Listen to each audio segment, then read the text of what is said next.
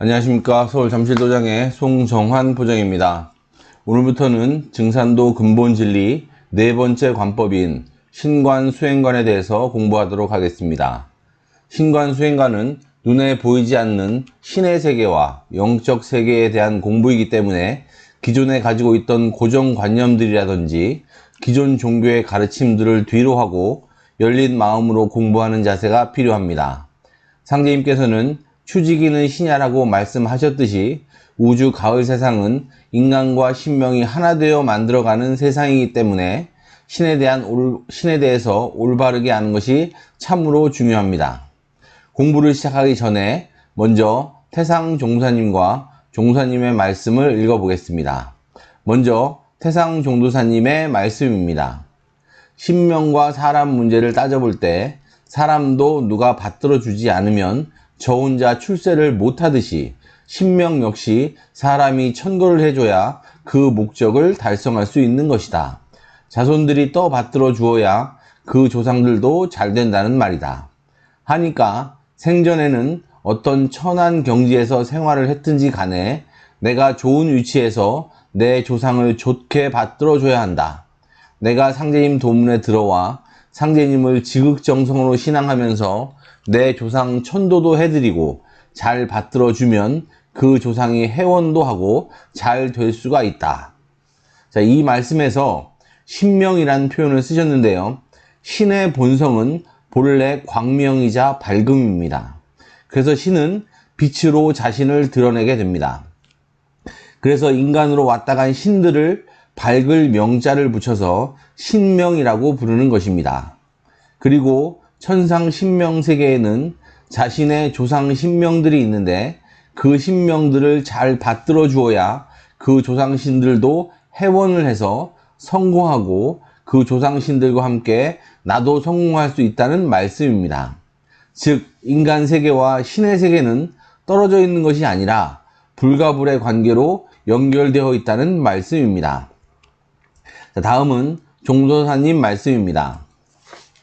모든 우주의 현상을 통제하는 것, 다스리는 것은 신도에서 한다.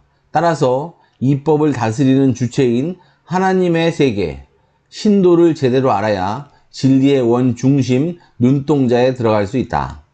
그래야 진리가 보인다.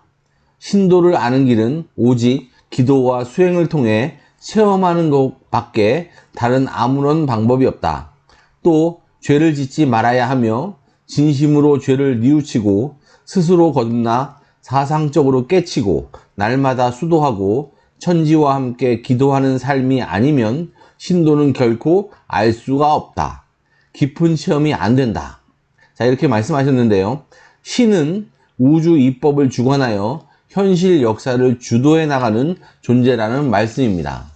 그리고 그 신의 세계의 머리가 되시는 분이 바로 천주이신 하나님이신 상제님이란 말씀입니다.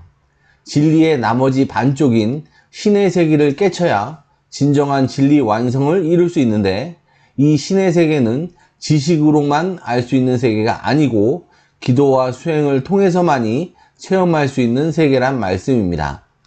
천지와 함께 기도하고 수행하는 구도자의 삶을 통해서만이 신도 세계를 알 수 있다는 말씀입니다. 자, 그럼 첫 번째 주제로 들어가 보겠습니다. 교재 116페이지입니다. 자, 영혼은 정말로 있는가입니다. 자, 여러분들은 신의 존재를 믿으시나요? 인간은 문명이 발전하고 과학이 발전하면서 본래 가지고 있던 신성과 영성을 잃어버렸습니다. 이성적인 사고에만 빠져 영적으로 장님이 된 것입니다. 그래서 신을 보지 못하게 되었고 그러다 보니 부정하게 되었습니다. 신을 믿는 사람들도 대부분 신앙적으로 하나님만을 믿을 뿐입니다. 이 세상은 인간의 눈으로 보고 인간의 귀로 들을 수 있는 세계만 있는 것이 아닙니다. 인간의 눈은 태양의 빛 중 가시광선이라고 하는 인간 눈이 느낄 수 있는 그 빛의 영역만 인식하게 됩니다. 그 외의 빛은 전혀 인식하지 못하는 것입니다. 소리도 마찬가지입니다. 인간의 귀가 감지할 수 있는 주파수의 범위는 극히 일부분입니다. 사실 대부분의 빛과 소리는 인간이 느끼질 못합니다. 그렇기 때문에 내가 보고 듣는 것만이 세상의 전부라는 생각은 맞지 않는 것입니다. 바람은 눈에 보이지 않지만 나뭇잎이 흔들리는 것을 보고 바람을 느낄 수 있습니다. 그것과 마찬가지로 신은 모습은 보이지 않지만 현실 역사를 변화시키는 결정적인 역할을 하는 존재입니다. 자, 그러면 상제님 말씀을 살펴보겠습니다. 자, 사편 45장에 있는 말씀인데요. 사람마다 몸속에 신이 있느니라 라고 하셨습니다. 자, 이 말씀을 태상종사님께서는 이렇게 풀어주셨습니다. 신명과 사람이 어떻게 구별되느냐 하면 신명은 육신이 없는 사람이고 사람은 육신이 있는 사람이다. 자, 우리 몸뚱이는 육신만 가지고 있지 이게 완성품이 아니다. 사람, 육신을 지배하는 게 뭐냐 하면 신명, 내 정신이다. 사람과 신명의 차이는 육신을 가지고 있느냐 없느냐 그 차이란 말씀입니다. 즉 사람이란 신 중에서도 특이하게 육신을 가지고 있는 특이한 신이란 말씀입니다. 그래서 상제님께서는 사람 몸속에 신이 들어있다라고 하신 것이고 이 육신과 신 중에서 육신의 주인이 바로 내 몸속에 신이란 말씀입니다. 몸뚱이라는 것은 사실 신이 의도한 대로 움직이는 것이란 말씀입니다.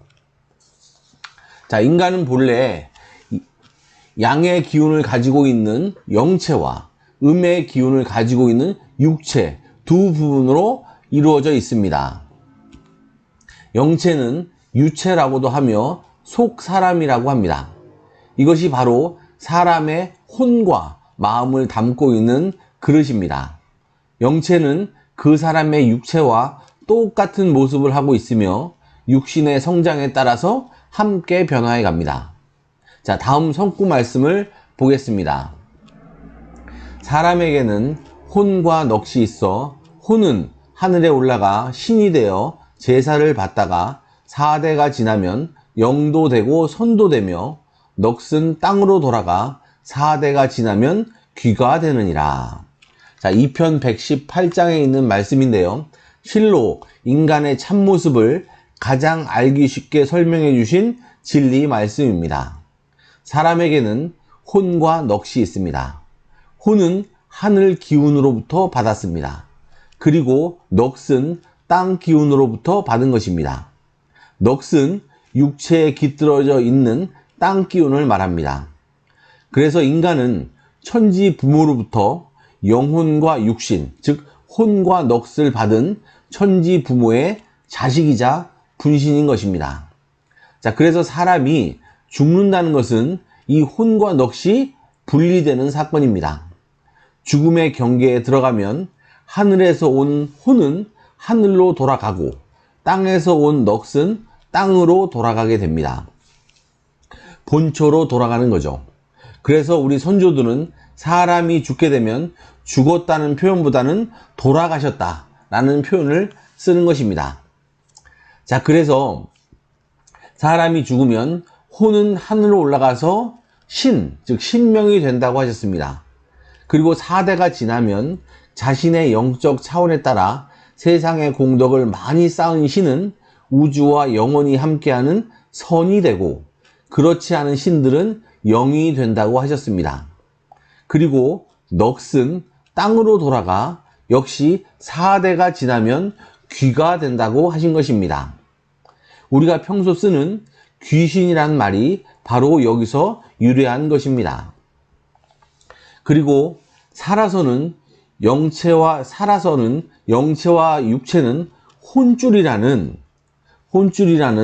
그 은백색의 생명선으로 연결되어 있습니다. 영체는 보통 사람 몸속에 머물다가 잠을 자거나 큰 충격을 받았을 때 밖으로 나오기도 합니다. 우리 말 중에 혼난다, 혼줄이 난다, 이런 말들이 여기서 유래한 말들입니다. 앞에서 말씀드린 대로 신의 세계라는 것은 결국 수행을 통해 체험할 수 있는 세계입니다. 수행을 통해 나의 반쪽인 신과 우주의 나머지 반쪽인 신의 세계의 모습을 꼭 체험해 보시기 바랍니다. 네, 다음 주제는 사람이 죽으면 어떻게 되는가입니다. 사람이 죽으면 어떻게 되는가? 자, 이것은 인간이라면 누구나 한 번 이상 생각해 본 궁금증입니다. 앞장에서 죽음이란 인간의 육체와 영혼이 분리되는 사건이라고 말씀드렸습니다. 자, 그렇다면 그렇게 분리된 영혼은 어떻게 되는 걸까요? 자, 상제님 말씀부터 읽어보겠습니다. 자, 죽는 것도 때가 있나니 그 도수를 넘겨도 못 쓰는 것이요 너무 일러도 못 쓰는 것이니라. 나의 명으로 명부에서 데려오라고 해야 명부사자가 데려오는 것이니 각기 닦은 공덕에 따라 방망이로 뒷덜미를 쳐서 끌고 오는 사람도 있고 가마에 태워서 모셔오는 사람도 있느니라 라고 말씀하셨습니다.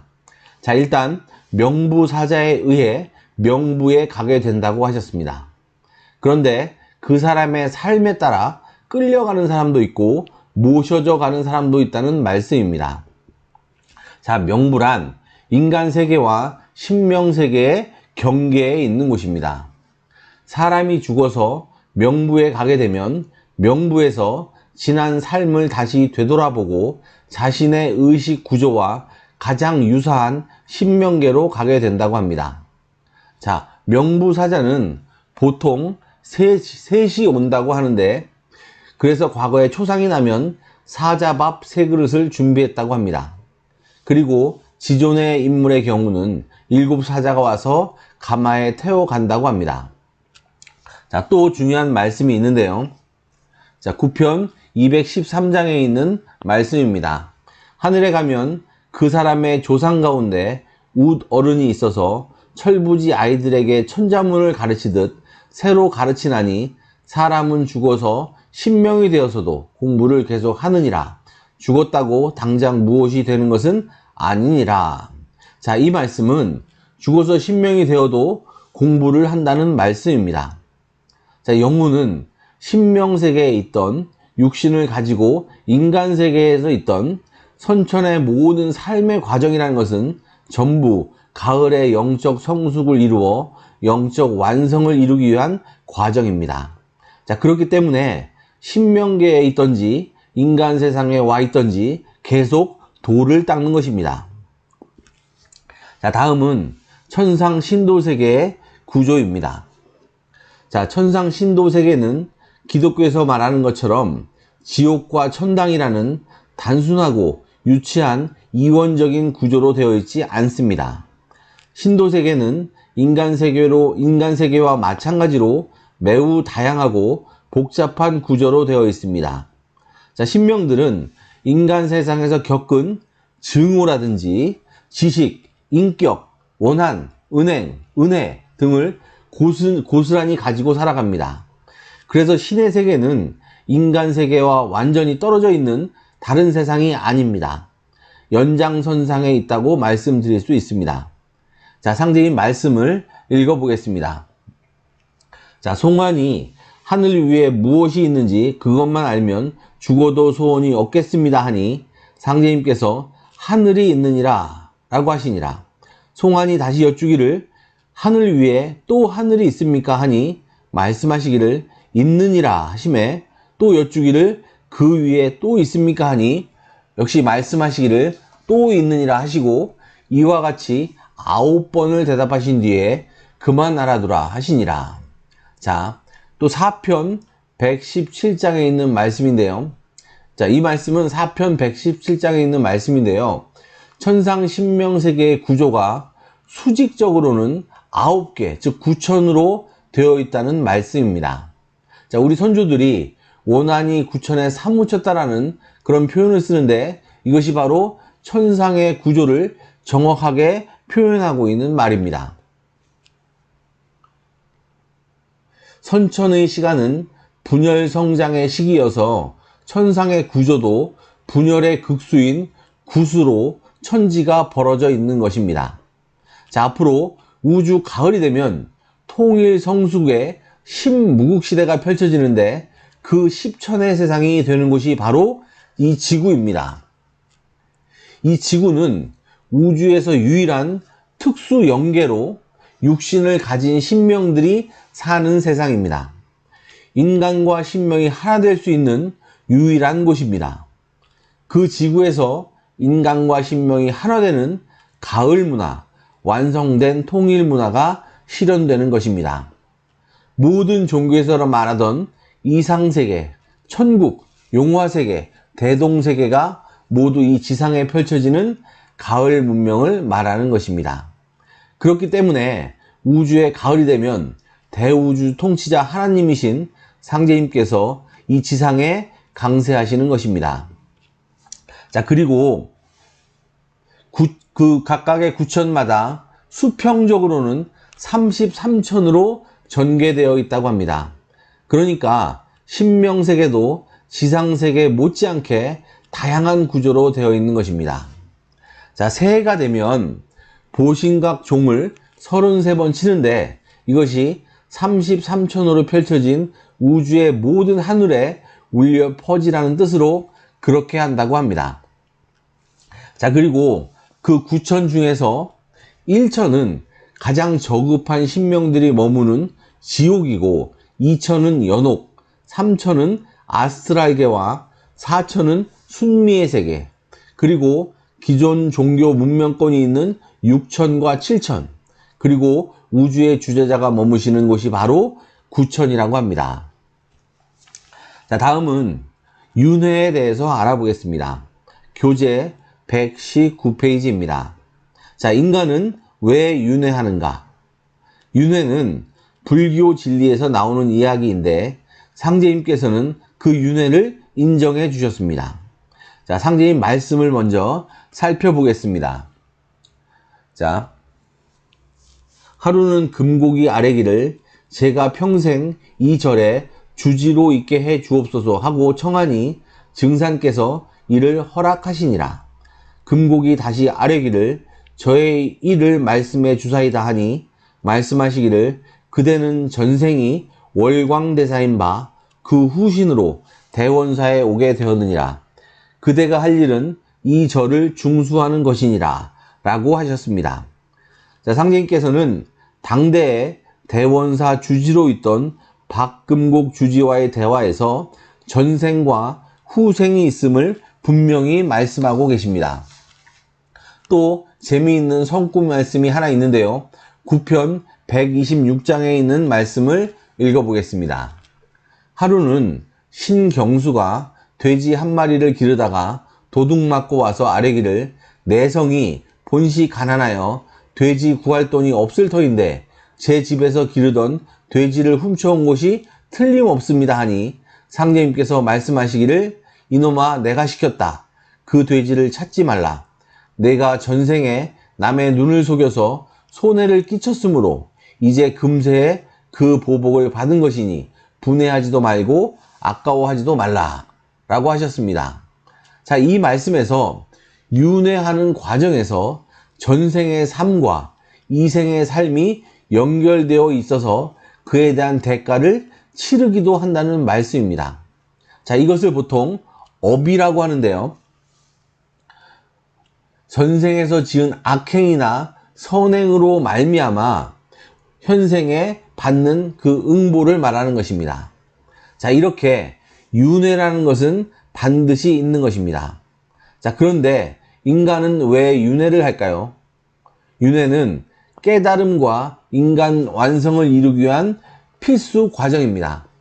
우리 영혼은 자기 성숙을 위해 인간 세계와 신명 세계를 오가며 계속 구도의 과정을 겪는 것입니다. 자, 주제성구를 보겠습니다. 생유어사하고 사유어생하니라. 자, 삶은 죽음으로부터 말미암고 죽음은 삶으로부터 말미암느니라. 자, 이 말씀은 삶과 죽음이 연결되어 있다는 말씀입니다. 즉, 인간 세계와 신의 세계는 연결되어 있어서 문턱 밖이 바로 신명세계란 말씀입니다. 인간 세계의 죽음은 곧 신명세계에서의 탄생이고, 인간 세상에 탄생하는 것은 신명세계 기준으로 보면 신명세계를 떠나 인간세계로 갔기 때문에 죽음과 같다는 말씀입니다. 이렇게 인간 탄생과 죽음은 서로 머리와 꼬리가 되어 맞물리면서 천상과 지상으로 순환하는데 이것을 일러 윤회라고 한다는 말씀입니다. 자, 그래서 상제님께서는 이렇게 말씀하셨습니다. 천상에서 사람을 내보낼 때는 유리로 얼굴을 씌우느니라. 그래야 자기가 무슨 혼으로 있다가 태어난 줄을 모른다. 그것을 알고 나오면 뭔 일을 저지르느니라. 자, 인간으로 태어날 때 그 의식이 전생의 삶을 기억하지 못하도록 한다는 말씀입니다. 그것을 기억하게 되면 전생의 삶에 매여서 본래 인간으로 온 목적인 영적 성숙을 이루기 위한 구도의 삶을 살지 못한다는 말씀입니다. 자, 그러나 전생의 삶이 없어지는 것이 아니고 전생의 그런 업들은 인간의 무의식 속에 그대로 남아서 자신도 모르게 무의식 중에 이생의 삶에 절대적인 영향을 주기도 합니다. 자, 결론은 인간의 윤회란 인간의 영적 성숙을 이루기 위해 인간 세계와 신도 세계를 오가며 살아가는 선천 봄 여름의 구도 과정을 말하는 것입니다. 자, 다음은 마지막으로 후천 개벽과 더불어 윤회가 끝난다는 말씀입니다. 자, 증산도 윤회 사상이 불교의 윤회 사상과 근본적으로 다른 것은 윤회가 영원하지 않다는 것입니다. 윤회란 선천 봄 여름의 성장 분열 과정에서 영적 성숙을 이루기 위한 과정일 뿐, 우주에 가을이 오게 되면 그간의 과정에 대한 심판을 받아 성숙을 이룬 영혼은 가을 열매 인간이 되고, 그렇지 못한 영혼은 소멸되고 마는 것입니다. 즉, 윤회는 우주에 가을이 올 때까지만 하는 것입니다. 자, 주제성구를 읽어보겠습니다. 상제님께서는 하루는 세간에 전해오는 백조일손이라는 말에 대하여 말씀하시기를, 가을바람이 불면 낙엽이 지면서 열매를 맺는 법이니라. 그러므로 이때는 생사 판단을 하는 때니라 라고 하셨습니다. 자, 가을바람이 불면 생사 판단을 한다. 가을이 오면 열매 맺은 종자는 살고 열매 맺지 못한 종자는 죽는다는 말씀입니다. 또 백조일손이란 말은 조상이 100인데 사는 자손은 하나다. 자, 다시 말하면 혈통이 100개가 있으면 자손이 열매를 맺어서 그 사는 혈통이 1개밖에 없다는 말씀입니다. 그만큼 가을에 열매 맺는 종자가 많지 않다는 말씀입니다. 이번 가을 개벽기에 열매를 맺지 못하면 선천 5만 년의 윤회 과정이 다 헛수고가 되고 마는 것이고, 자손이 열매를 맺지 못하였기 때문에 나의 조상들도 함께 소멸된다는 경고의 말씀입니다. 자, 다음 성구 말씀을 보면, 이때는 천지 성공 시대니라. 천지신명이 나의 명을 받들어 가을 운의 대의로서 불의를 숙청하고 의로운 사람을 은밀히 도와주나니, 악한 자는 가을에 지는 낙엽과 같이 떨어져 멸망할 것이요 참된 자는 온갖 과실이 가을의 결실함과 같으니라. 자, 가을은 천지 성공 시대라고 하셨습니다. 하늘과 땅이 성공하는 시대, 하늘과 땅이 인간 농사 지은 것을 추수하는 시간, 천상의 조상과 지상의 자손이 함께 성공하는 시간이란 말씀입니다. 농부는 가을에 추수하기 위해 농사를 짓듯이 우리 인생은 알던 모르던 궁극적으로 가을 개벽기에 열매 인간이 되기 위해서, 그래서 혈통이 모두 구원을 받아 후천 5만 년 새 세상에 가기 위해 살아온 것입니다. 지금은 그 꿈이 이루어지는 가을 개벽기인 것입니다. 조상의 음덕으로 인간으로 오신 상제님을 만나고 자손의 일심정성의 구도 생활로 열매를 맺어 혈통이 구원받는 영광을 얻어야 하는 때입니다. 자, 마지막으로 두 가지 죽음에 대한 말씀을 드리겠습니다. 죽음에는 두 가지 종류의 죽음이 있습니다. 일반적인 죽음은 앞에서 공부한 바와 같이 육신을 버리고 영혼만 신명세계로 떠나는 것입니다. 자, 그런데 또 다른 죽음이 있습니다. 이 죽음은 인간이 열매를 맺지 못해서 가을 개벽기에 추수할 기운에 의해 소멸되는 죽음입니다. 이 죽음은 육신을 버리는 것은 물론이요, 내 영혼마저 이 우주에서 소멸되는 죽음입니다. 나의 영혼이, 나라는 존재가 우주에서 완전히 소멸되는 완전한 죽음입니다. 상제님께서는 도전 9편 76장에서 이렇게 말씀하셨습니다. 돌을 잘 닦은 자는 그 정혼이 굳게 뭉쳐서 죽어서 천상에 올라가 영원히 흩어지지 아니하나, 돌을 닦지 않은 자는 정혼이 흩어져서 연기와 같이 사라지느니라 라고 하셨습니다. 지금은 생사 판단이 나오는 가을 개벽기입니다. 이 시대를 사는 우리 인간은 상제님의 도법을 닦아 인간 완성의 삶을 살아야 합니다. 그것만이 가을 개벽기에 구원받는 유일한 길이며 조상의 음덕에 보은하는 길이며 인간 삶의 목적을 이루는 유일한 길입니다. 자, 오늘 공부는 여기까지입니다.